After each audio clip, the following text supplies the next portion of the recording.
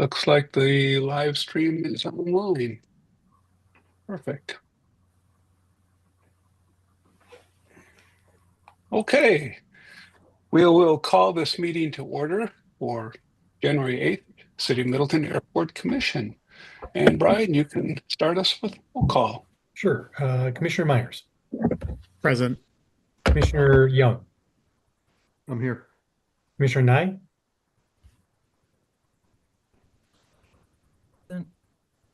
Commissioner Okay, Schwartz. Yep, I got that. Commissioner Present. Schwartz, I'm here. Commissioner Randall. Present. Okay, and Commissioner Rubin is absent and excused. okay.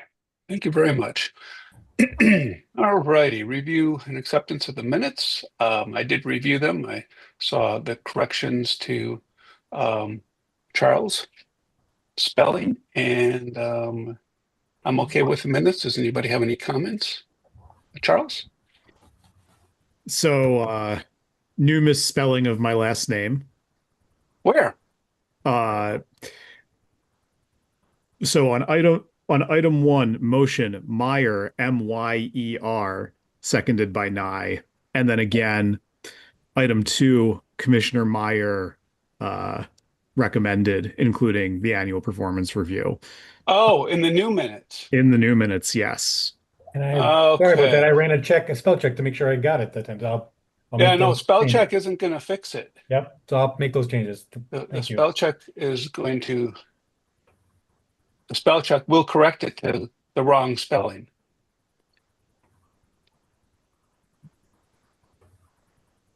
So I glanced over the old but not the new. Thank you, Charles. It's all right. We'll just keep getting it wrong and you can just keep fixing it. We'll just get it wrong in a different way next time. It's That's right. Okay. Item number one, we are not going to discuss tonight. Oh, Mr. Chair, we've got the reports Oh. first. I'm sorry. You're right. I'm jumping way ahead of myself. My report. I don't have a lot to report from the city. We wrapped up our budget season. Really nothing came up in terms of airport for that. And there was some people interested in following the drone ordinance to the town of Middleton. They did go ahead and re-amend their drone ordinance, and the Settler Prairies Park will be a space where drones can be operated within the parameters of our federal laws, and really nothing else to report on that. So we can move right on to the. Mr. Chair, I've got a couple of items I can give as part of Sure. your, just a couple quick update items for the commission, just to keep you in the loop. We just received word this week that the BOA has greenlit and given us our notice to proceed on the drainage study. That was an item that we had in our most recent BOA petition request. So that item is now able to move forward with Mead and Hunt as the consultant to do the work. That'll be a multi-month study process with field work and modeling and analysis and a final report that the commission will see once it's complete. So I'll keep you updated as we go along in terms of how that study is progressing. The taxiway A rehab, similar process, a BOA petition project.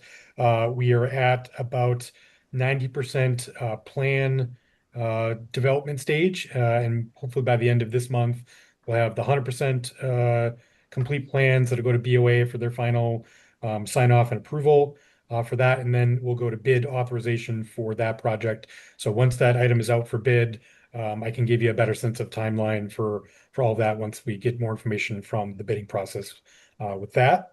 The airport layout plan, prior to the holidays, we received word from the FAA and BOA that our ALP has been approved. So that document is now been posted on the airport portion of the city's website under the documents tab. So if you want to take a look at it, it's there as the PDF document. So that item is now complete. And I am working with Mead Hunt on putting together a draft scope for the hangar study that the commission is looking for. We'll likely have a draft study that'll come back at our next meeting for you to take a look at before they start work on that, just to make sure they've got everything that you're looking for to come as a result of that study. So I think those are the four main items I had to update the commission on. Thank you. And I took us right over public comment. If there's anybody online who would like to speak during the public comment period. I see an observer, but that's it. Okay.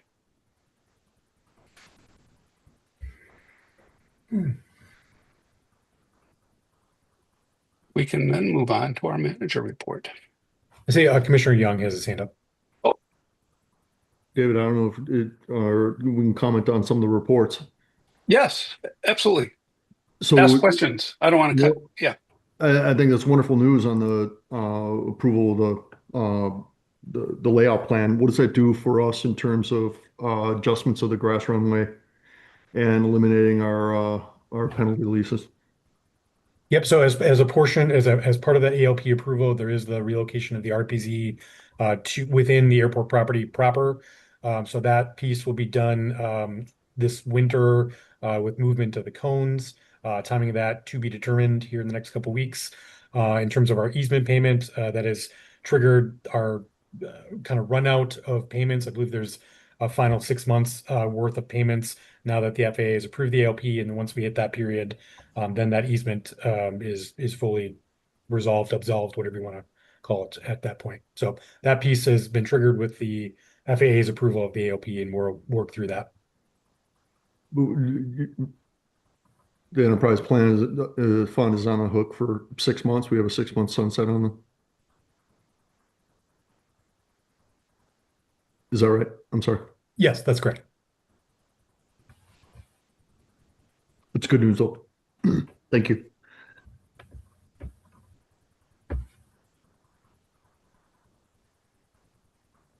Anybody else want to discuss this with Brian?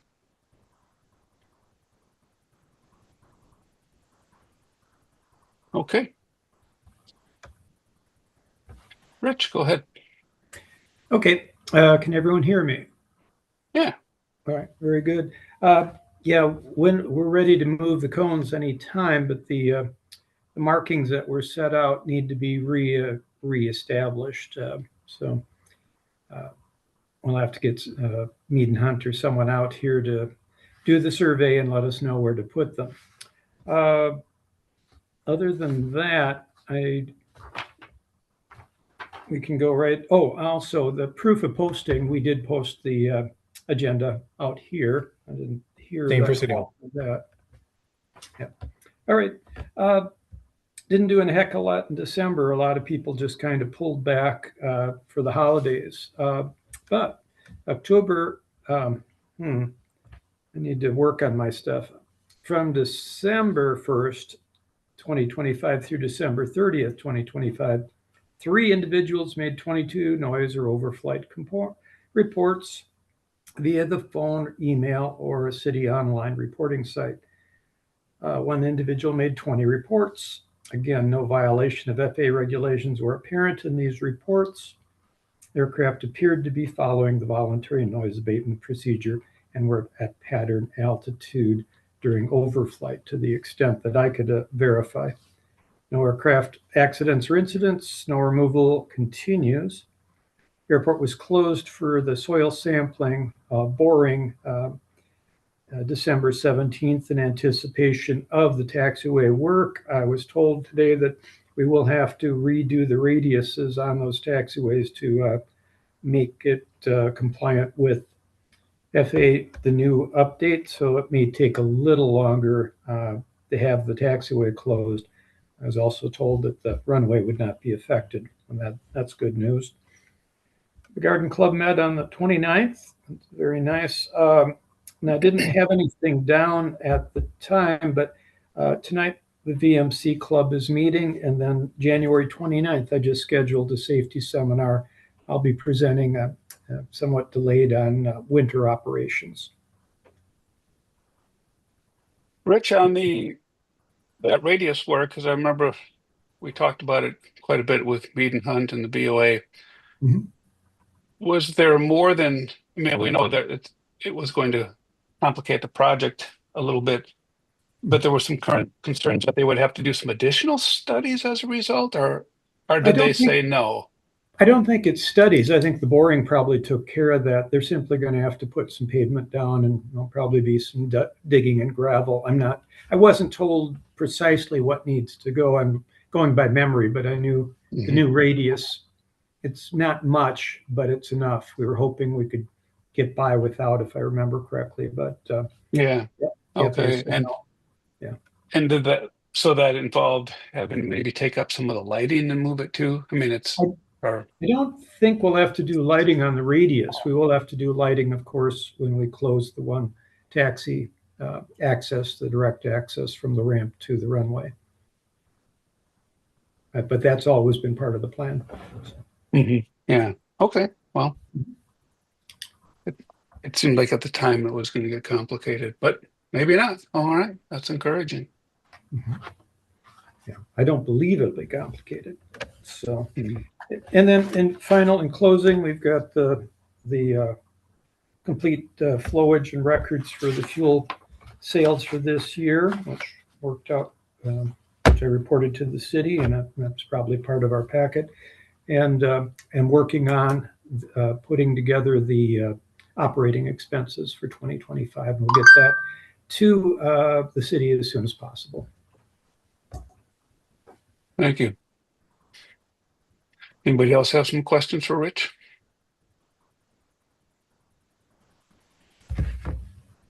All righty.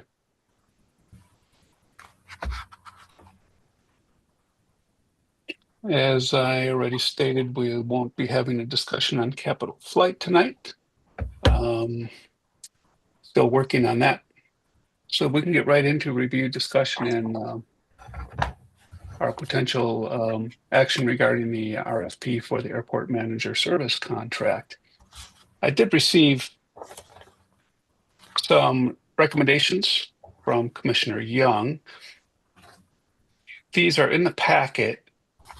Or aren't they in the packet? How did we do that, Brian? No, you took Yep, they're in the my, packet. So I'm just okay, pulling them up on the screen right now. thanks. Okay, thank you.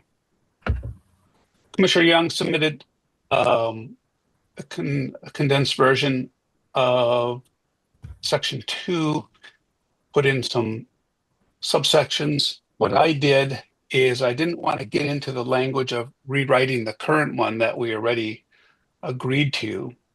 So I just took the ideas of his subsection, did some reorganization of it, and left it at that. And you'll see that that's in the packet. So I think the question, and I'll let Jack simply start this out. Question remains: is there anything in the current scope with it's more broader language? I think that's probably the best way to put it, Jack. It's just more wordy and there's more stuff there. Is there anything that you think is missing, or you're interested in wanting to take a look at with some of Jack's recommendations? Thoughts? Take it away, Jack. Oh, I think that was the reason I revised it, was because it was a lot of redundancy and a lot of words. There was no organization to it. I don't know how, Rich or anybody could have waded through it. No offense to the author if they're on the call here. It was I didn't change It's any me of and none taken. I didn't change any of the things on it. It was just reducing redundancy and putting some, headers and categorization to what it is I think the role entails, at least what was in the document. And I think the one area where I took a little bit of license was in the development related items, and just put a little more outreach, or uh, uh, community building or airport building related development functions, or tasks or duties in the agreement. That was it.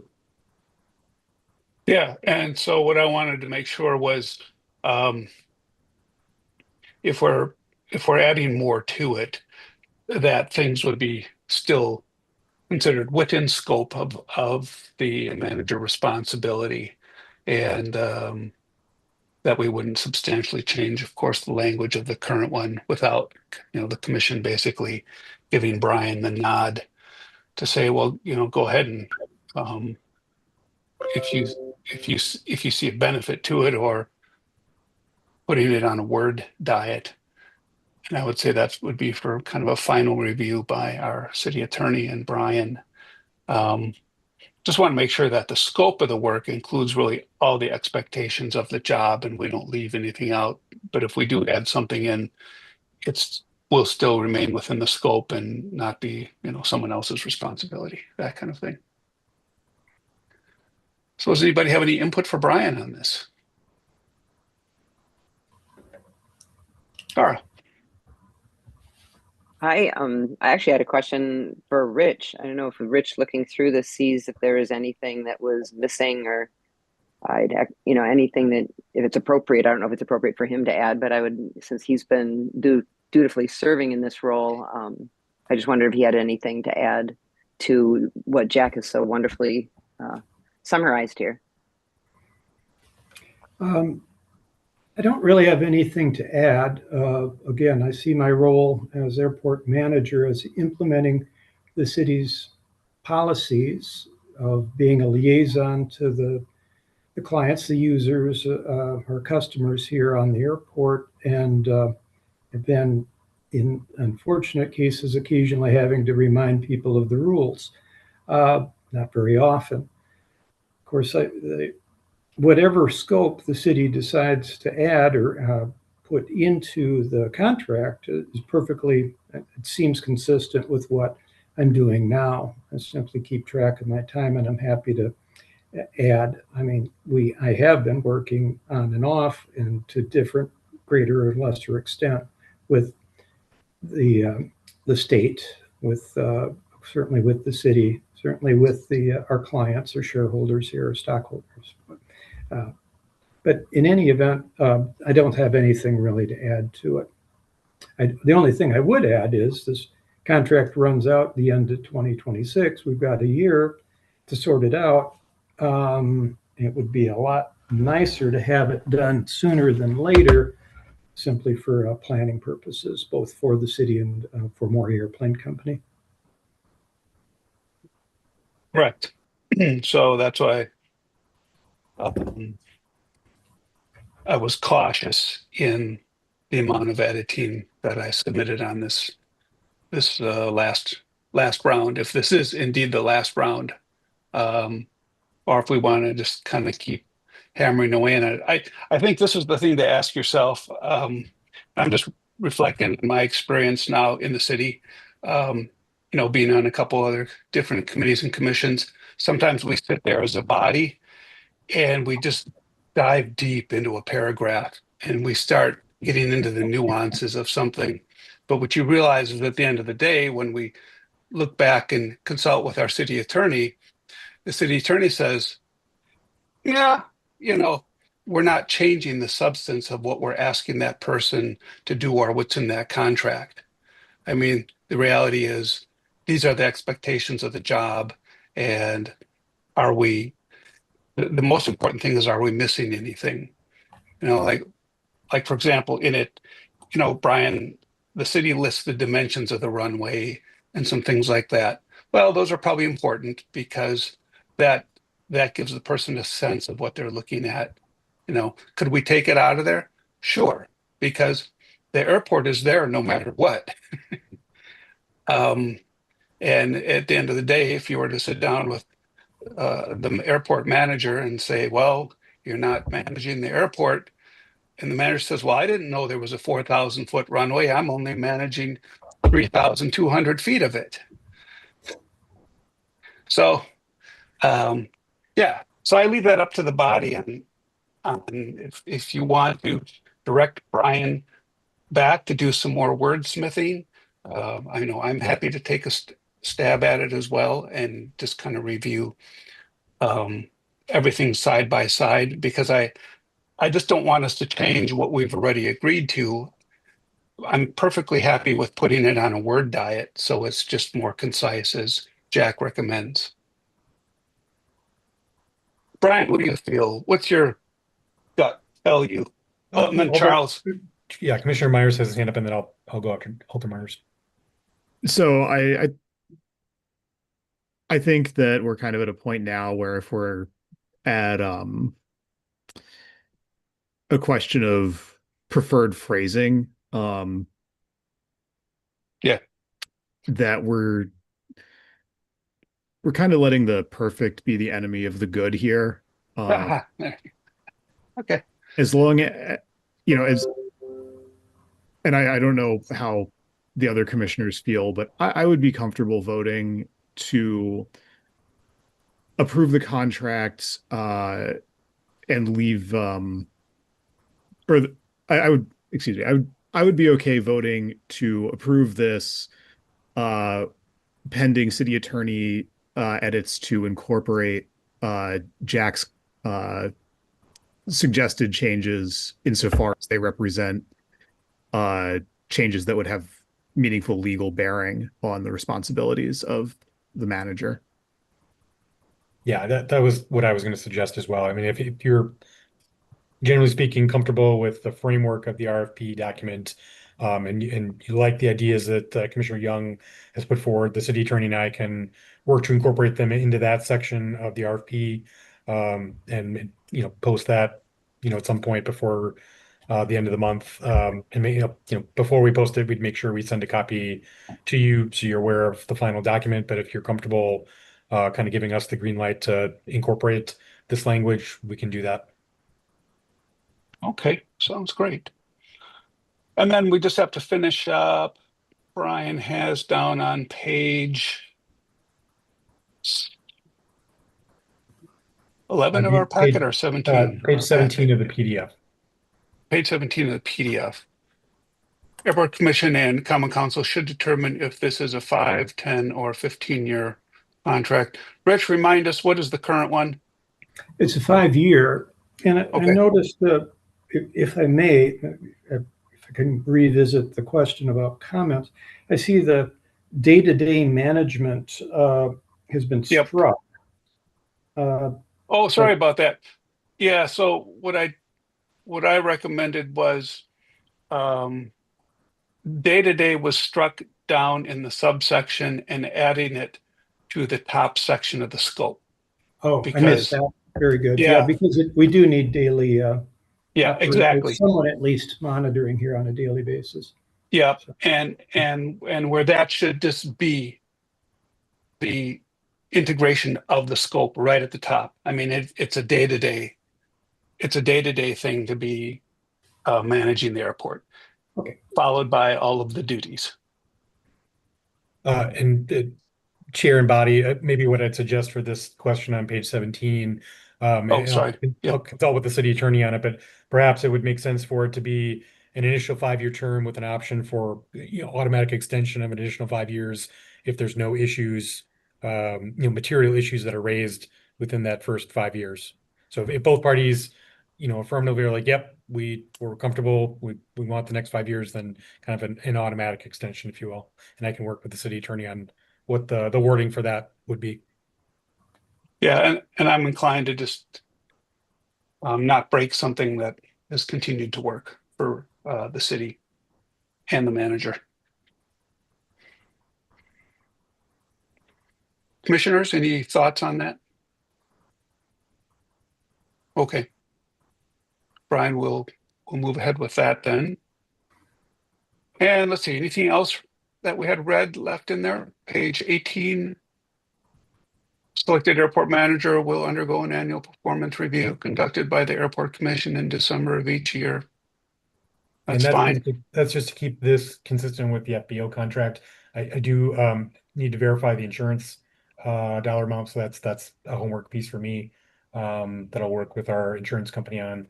I think that was the only other thing. And I did add Commissioner Myers' language recommendations on additional items for prohibited discrimination in section 11, which is page 19 of the PDF. 19, yeah, That's, I see that's that. incorporated in there. And I think that was it. Yeah, so so the motion that I'll state before this body is to accept the RFP as submitted tonight with the edits in red and the recommendation of some reorder of the subsections, all subject to city attorney and city administrator review. I think that about does it. So that's the motion. I'll second that motion with the understanding that it includes incorporation of Commissioner Young's recommendations. Yes. Okay. Everybody got their mute off. All those in favor, please say aye. Aye. Aye. And Commissioner Schwartz, he's silent on this. No, I'm in favor of it. I'm sorry, I was reading something on my phone on the agenda, so. Okay, thank you.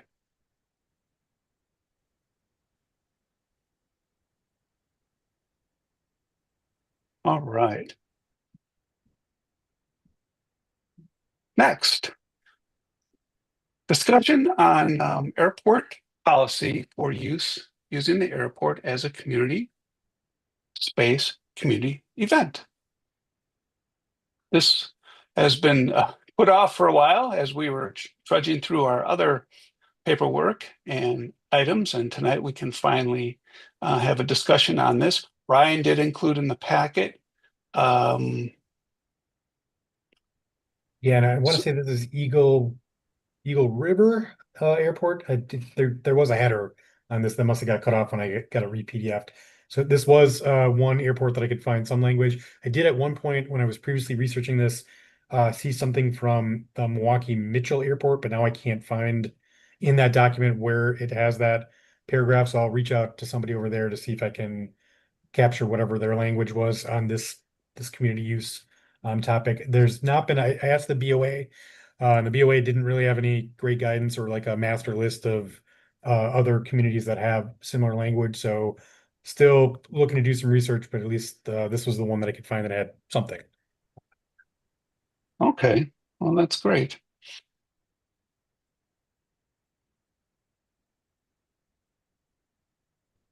Yeah. So Brian, I was going to say, Brian, thank you for your research on this. It's an undertaking. Charles, go ahead. Yeah. You brought this to us. Let's see where we go with it. I did. First, I again want to thank Rich for opening up the airport to the public, and to community groups in the public, making those spaces available. It's awesome. And it's something that I think really benefits both the airport's perception within the community, and everyone who is able to access the space. Just when I was looking at it, I wondered what's the process really behind being able to use this space.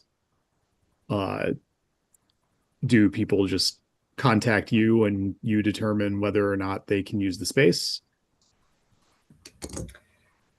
Well, Charles, should I'm assuming that's a question directed at me. Yeah, sorry, that should have been more clear. Oh, okay. Well, we follow the FAA guidelines essentially. Now, for instance, sports car club, they want to run up, do drag racing up and down our runway. No, can't do that because we're closing the runway. We can't do that for the, if we had 3 or 4 different runways, maybe we could close one. Same thing for, I think with the city, someone approached me about doing a marathon, not a marathon, but a 5K sprint runway run or something like that. No, we can't do that because, again, we're closing the airport. That's not the primary purpose. We could certainly do around the perimeter or something, but there really isn't a running trail. So looking at that, we have to look at what what the purpose is of this facility. On the other hand, when the Centurion people wanted to host their bicycle race out of our ramp and use our ramp space, we worked with them very clearly and were able to keep the airport open during the process and still host this cycling event, which went off rather well. Especially when we were raining and we opened up our hangar for people to come in and get out of the rain. Apparently that doesn't happen a lot at bicycle rallies. But again, working with aviation groups, the EAA chapter, their events here, and pretty much if it's something in a building or in a hangar, we can make it happen, even a couple hangars. And certainly Matt is very good at putting events together, Matt Holfeld and Jade and the whole team over there, as is the EA chapter working with us, putting together the pancake breakfast, all of which require signage, permits. They require event permits. If there's music outdoors, they require that. Just following the process as is laid out. So I guess the easy answer is, if we can do it, we'll do it. If it isn't within the purview of the FAA to do this, well, then we can't. On the other hand, if the sports car club wants to put all their cars out on the ramp and take a picture next to the jet or whatever, sure, we can do that. That's not interfering with our operations.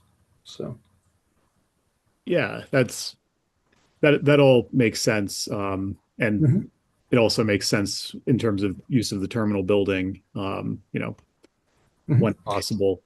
I brought this forward for discussion because I think we might benefit the airport as an enterprise might benefit from formalizing this policy. I agree. And there's things that you would think would have been a natural, such as if there's going to be an event that's going to impose upon your hangar neighbors or close a taxiway, for that they'd get permission from all of let everyone know in their area and make sure everyone's good about that. Apparently that hasn't always been done. That was brought to my attention after the fact fairly recently. So something that we might want to codify as opposed to simply assume common sense. That Brian, makes sense to me. oh, sorry. Oh, I was going to say being a good neighbor makes sense to me. Yes. It's a policy. Yes. Sorry, Brian, would something like this be? This really isn't part of the zoning. This is just more of. Okay. Yeah, this is more operational policy. Yeah, it's absolutely not a zoning thing. We're just talking about use of the facility, not changing the land use. So yeah, this could just be something that, based upon the feedback from Rich and others tonight, can put together something that kind of at least puts down in writing what our past practice is, and we can take a look at that and add, make tweaks, clarify as need be. Like I said, I'll continue to reach out and see if there are other examples of written policies out there that we can tap into as well. But I think that'd be a first place to start, is Rich and I just sitting down or over the phone, just describing exactly what he just said and making it look pretty to start. Yeah. And one advantage that we have, being that this isn't a city-owned terminal per se, that I'm leasing the entire building, is I can offer my conference room at no cost to civic organizations. I believe the FAA, if this was an FAA-funded terminal owned by the city, would require fees for use on all of that. So we have that advantage going for us, at least. Rich, that raises an interesting question. Are the terminals like just at our other, smaller airports, like say Reedsburg, Monroe, Mineral Point? Just thinking of the ones that are just right in our proximity. Are those owned by the? Well, are they owned by the city? It all depends, David. When we came in at just a year or two too early to be able to get funding from the BOA and the FAA to build a terminal. They weren't doing that at that time. later on, a lot of airports like Reedsburg, I think when they redid, most of the airports recently that have redone their terminals have gotten federal and state monies to do so. And of course, with federal and state monies comes obligations, grant assurances. So then you follow the rules as the FAA set out. But yeah, we were too early to be able to take care of that type of funding. Thus, got creative and got MADC involved with the process to be able to fund the terminal. Yeah. I'm getting my M's mixed up. Is it Monroe or Mineral Point who has the newest building in the area? I think it's Mineral Point, but I'm not Okay. sure. Yeah. So I'm just wondering, and Reedsburg is a fairly new building as well. I just wonder if it would be helpful just to, I don't know, just check in with them to say to them, hey, do you guys have any restrictions on the use of your building specifically? Yeah, I can Yeah. give both those airports a call. Sure. And I will say this, that sometimes and I don't mean this in a bad way, but an awful lot of the smaller communities will sort of turn a blind eye to that requirement that they charge everyone, or they have a single dollar fee or something, so that they're following the letter of the law, or the spirit at least, and still allowing the local Sure. community I mean, organizations access. I think that, yeah, I mean, I think that makes complete sense. I mean, if every time, well, let's pick on our EAA chapter. If our terminal was built with federal money, state money, and every time the EAA chapter wanted to host a Young Eagles event, we said, well, hey, you got to pay us $10. Okay, now whether we remember to charge them $10 or not, so. Are they setting the fee structure? I mean, how far down that rabbit hole is places like Reedsburg and Mineral Point? The intent And then of the I'll let law. Kara's got some questions. Go ahead. Oh, that's great. Yeah, Rich, finish that out. The intent of the law is not to allow a business to be able to run out of a federally funded terminal without proper compensation. I think that's really the extent of it. Or it suddenly becomes this business's conference room where they always come over and do something like that. As per the rest of it, yeah, we're open to all the civic organizations and local Boy Scouts, whatever, never charge anything. If it's a for-profit meeting, and sometimes we do have those, or business meetings here, yeah, we charge a nominal fee. So.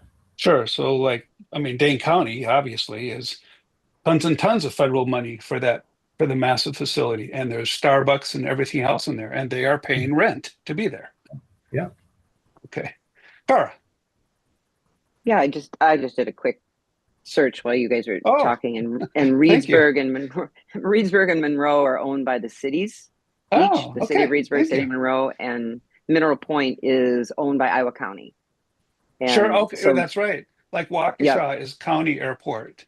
Right. And so I don't know, Rich, like if that changes the relationship with FAA and FAA funding and the things. So maybe while you're doing that inquiry, you could explore that, like if there's differences between county ownership versus city, and it's just be information to have. And I'm glad you brought up the nonprofit or the not-for-profit.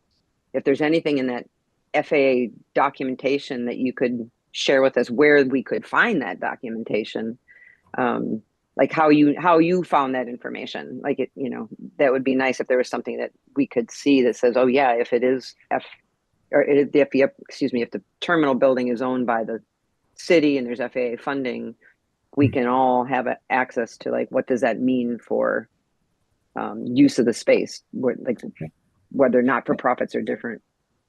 I think Brian shared that at the last meeting, that information. That's where I believe I received that with the FAA.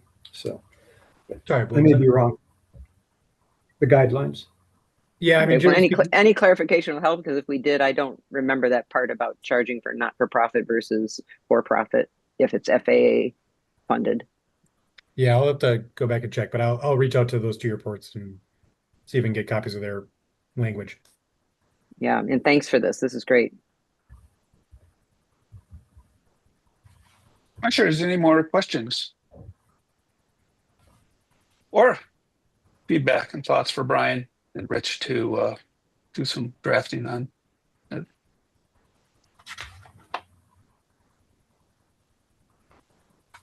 Well, we'll basic start somewhere. Go ahead. the basic philosophy is if it supports the community and or not and or if it supports aviation, we let the facilities that we have here are available at no cost.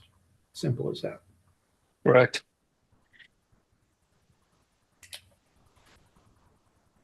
Yeah, and I think historically, um, the terminal has been a phenomenal place for serving a lot of public good for aviation. This weekend is Women in Aviation for Lake Chapter Social. So, all right. Well, our next item is our standing. Brian, you don't need any, or would you like us to vote on No, moving forward? No, I've got enough Okay, direction, some additional items to research. okay. Well, thank you. Our next item is our standing agenda discussion on unleaded fuel. I have been reading and checking routinely out at the Eagle site just to see if there's really any new developments, and there has been absolutely nothing. But it seems like recently in the electric space, which really is very much tied into our unleaded discussion, is we are seeing definitely more FAA final stage testing and certification for vertical takeoff and landing craft, and really some, I would say, big strides. I think we're doing a nice job by getting ahead of this in our ask for a Class 2 charger at the airport. It's I sometimes feel, okay, this is what we did with our truck, our unleaded fuel truck. We really wanted to get ahead of this because there was so much energy to do it. And I think it's still an okay decision. And I know that, um, Rich, as the FBO operator, wants unleaded fuel. Pilots want unleaded fuel. I think it's really just comes down to we're stuck in this netherland of distribution, getting it at a competitive cost. If you have any updates to add to that. Well, But I think we are where we're at.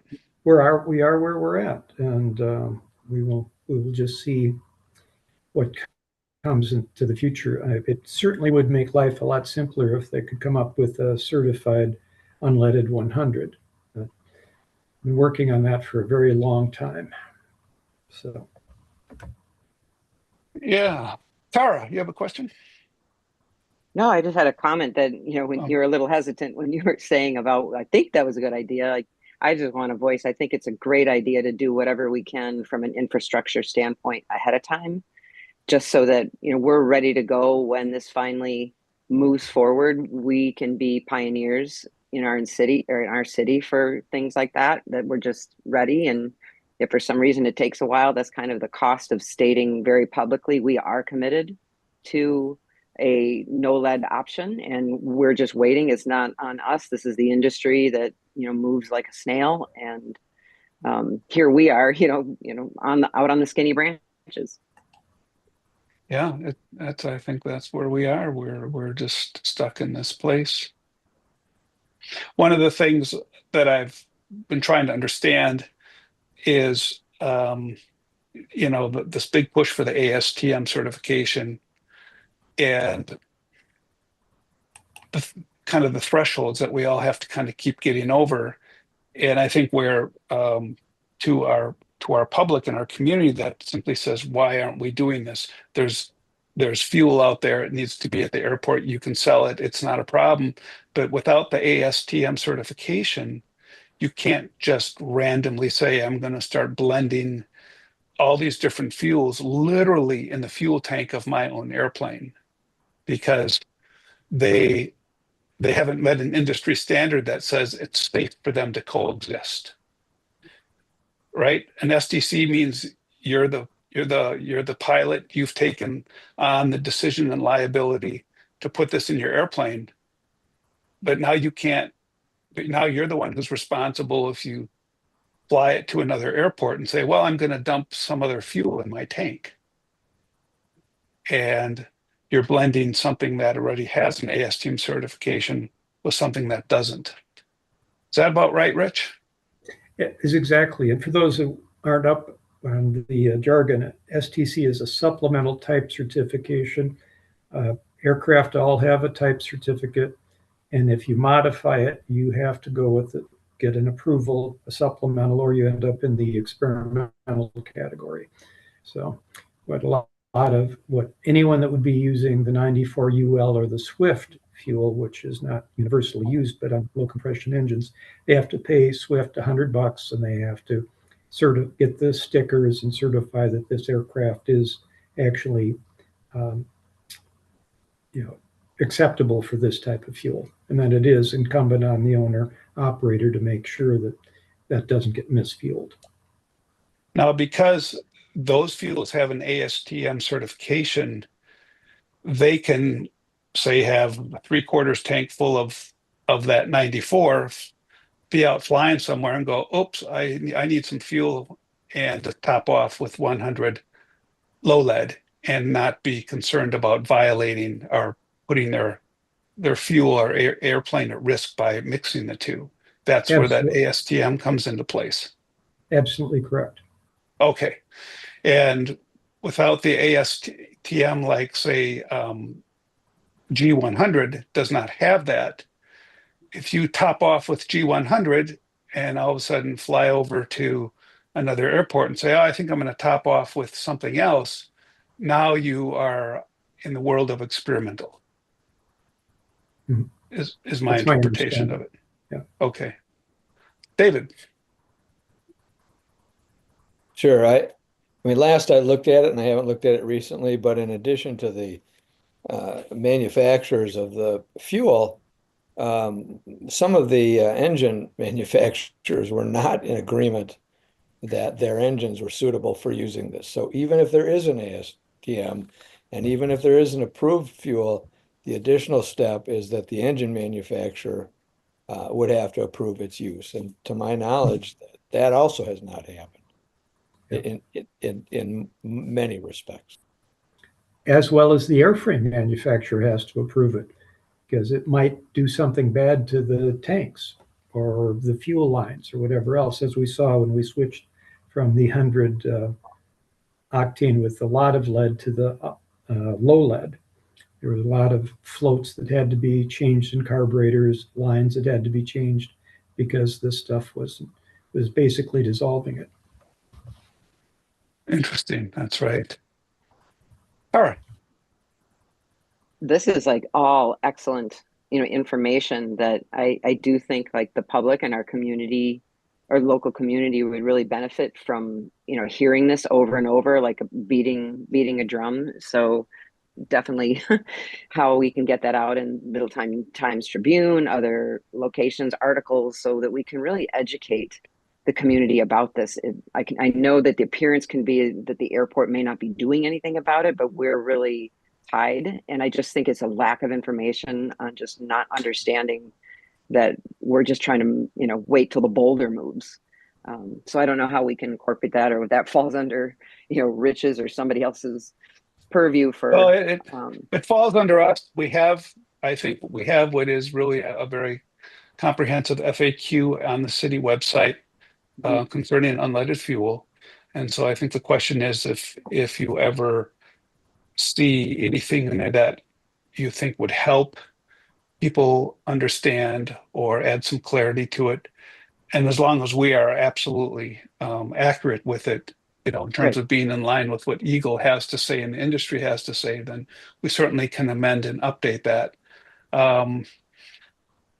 That's why I don't know what to do and how to even discuss things about these nuances between mixing a fuel that has an STC but doesn't have an ASTM rating with another fuel that has an ASTM rating, and then say, oh, that's fine to do.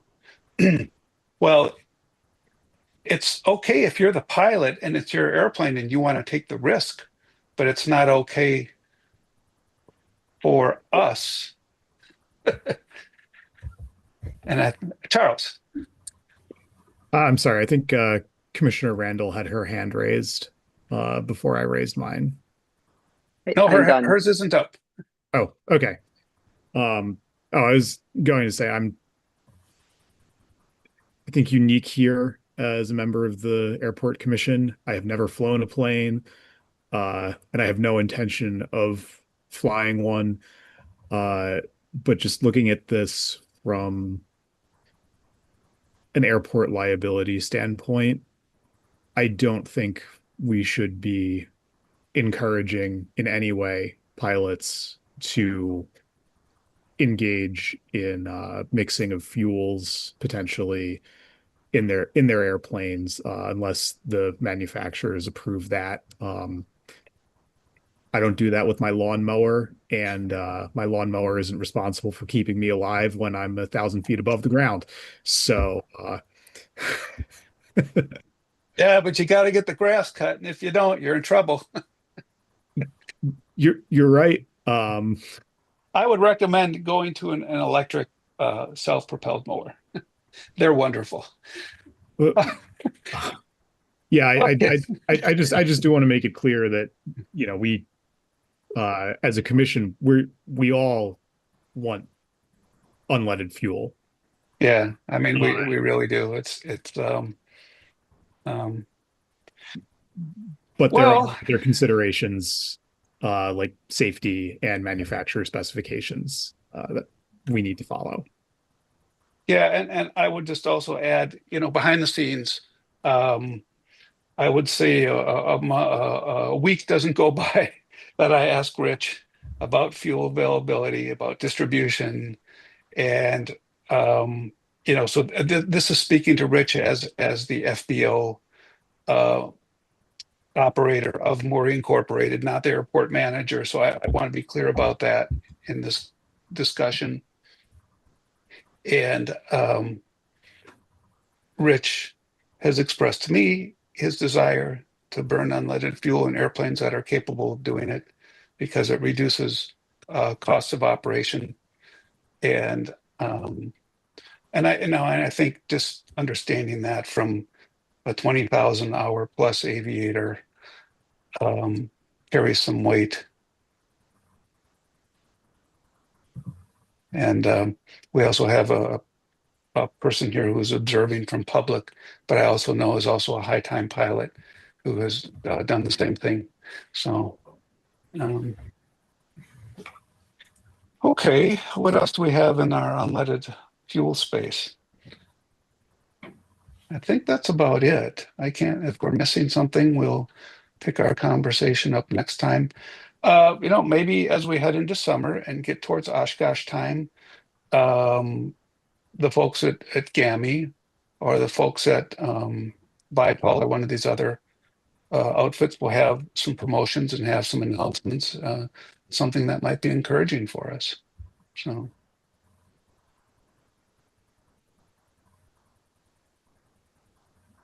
All right. Review and acceptance of our monthly airport financials. Yep.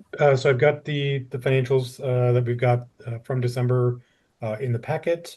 As Rich mentioned, he's working on the final financials from his standpoint. So when we get that, we'll make sure the Airport Commission receives a copy of that. And then we do have the fuel flowage numbers through the end of last month in the packet as well. Yeah, and commissioners, one thing I'd like to mention about those financials, if you want to leave it up there or not, Brian. I was sort of hypothetically looking at, okay, so what if we had 1,000 gallons of 94 UL at the airport, and it costs, say, somewhere around, I don't know, give or take $5,000, and say the city just said, okay, we'll subsidize it, we won't take a flowage fee on it. We're talking about $150 uh, difference between what the Airport Enterprise Fund would get and not get out of something like this. So I think what's important to point out is, um, the financial motivation is to do or not do this. It's not about what the city um, can or can't get out of its flowage fee on something like this. It's truly about um, what the cost of it is to get it here, and what the cost and to sell it. So if the city said, "Fine, we won't charge a flowage fee on an on our truck for the unleaded option," and if that was the difference between it being highly competitive and not competitive, would we be willing to take $150 hit on the Airport Enterprise Fund? Um, Probably. We probably could afford that, considering what we've spent on our RPZ. Um, so that's just something to be aware of.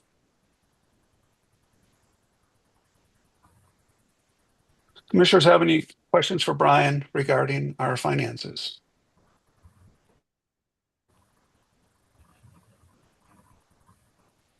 And I see Neil has his hand up. Neil, for you to be recognized, it would have to sort of be during our public comment period. I'm sorry about that. Yeah, and it was my fault that we brushed over it. But The body can, if you want, you can reopen Oh. it. If the body, if no objection from the body, you could reopen it. oh, okay, commissioners, any objection to allowing some public comment before our meeting comes to a conclusion? No, no. Okay, well, thank you. Neil Robinson, please identify yourself. Greetings. My name's Neil Robinson. I'm as you said, an experienced pilot and a former instructor at Maury Airplane Company. I'm also currently vice president of EAA Chapter 93 and also vice president of Wanakee Airport and Pilots Association.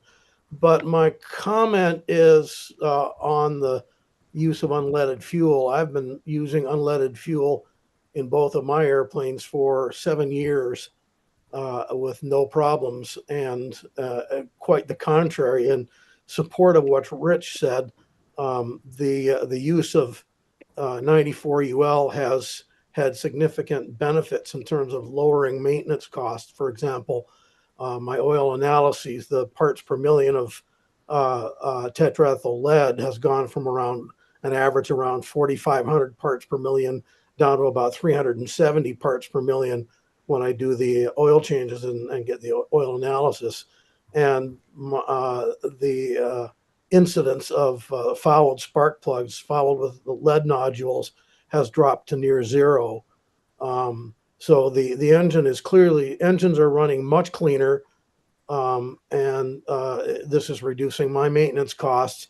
And it's also helping the environment to the effect that I'm perfectly happy paying 20 cents more per gallon for 94 UL than 100 low lead. It's worth it to me, even to pay a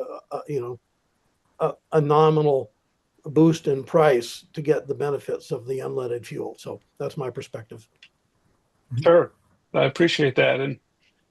And Commissioner Schwartz, maybe you can answer this question. How much more would you be willing to pay?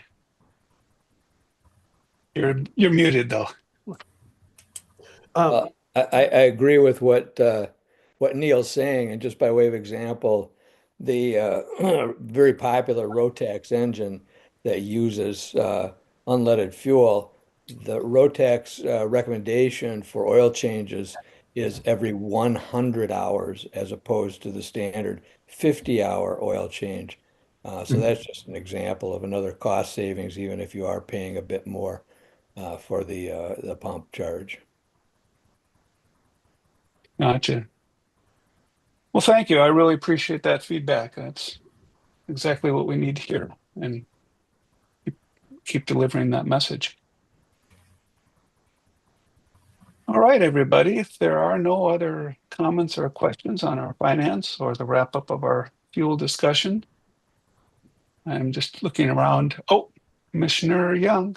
Yep, sorry. Go ahead, Jack. Just curious, Neil, where do you get your fuel? Typically, I buy it at Sauk Prairie. I have bought some at Morey's. I've bought some at Portage. Portage does not currently offer it. They did for a while. So most of the time, I get the 94 UL at Sauk Prairie, and I'm paying about 20 cents more per gallon for the 94 UL than their 100 low lead price, and that's worth every penny to me. Got it. Thank you.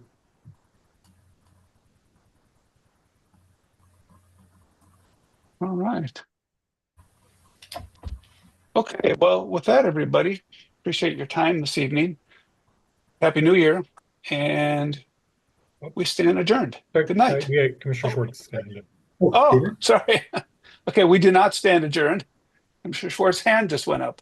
Maybe the internet is slow because I'm not seeing these pop up. Go ahead. Yeah, I was waiting for the item on the agenda about agenda items for next time. Okay. So I just Yeah, have so- a couple. I just have a couple of comments, concerns, whatever it might be.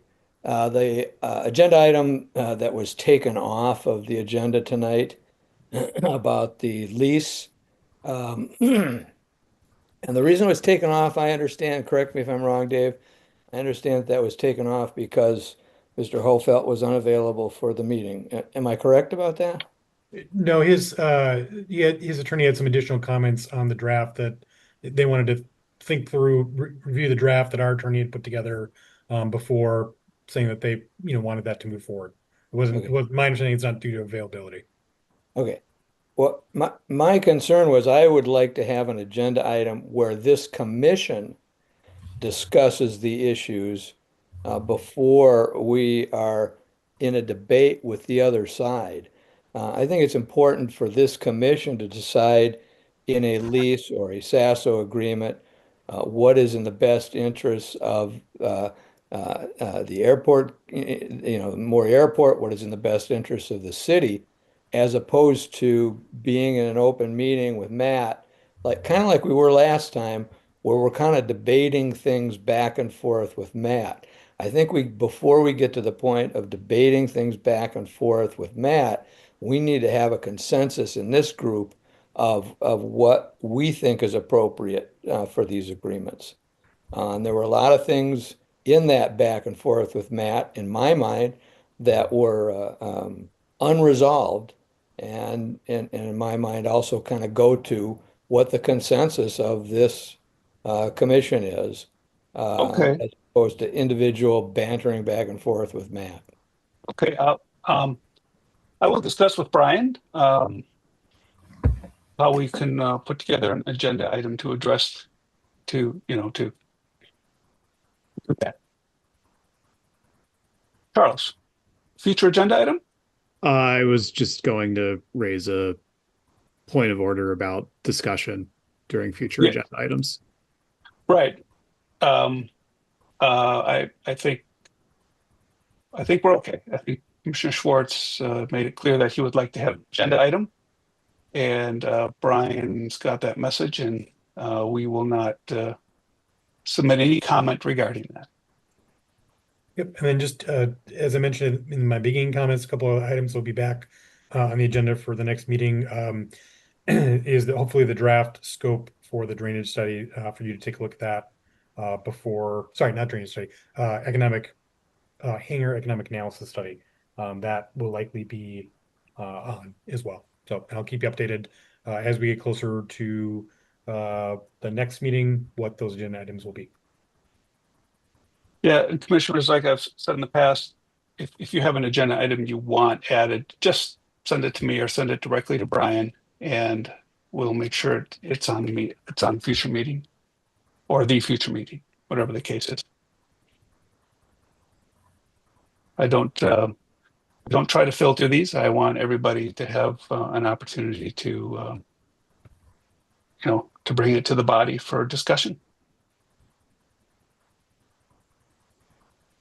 All right. I'm looking for any more hands before I say that we are adjourned. And going once, going twice. Thank you, everybody. We stand adjourned. Yeah. Thank you, everyone. Good night. Have a good night.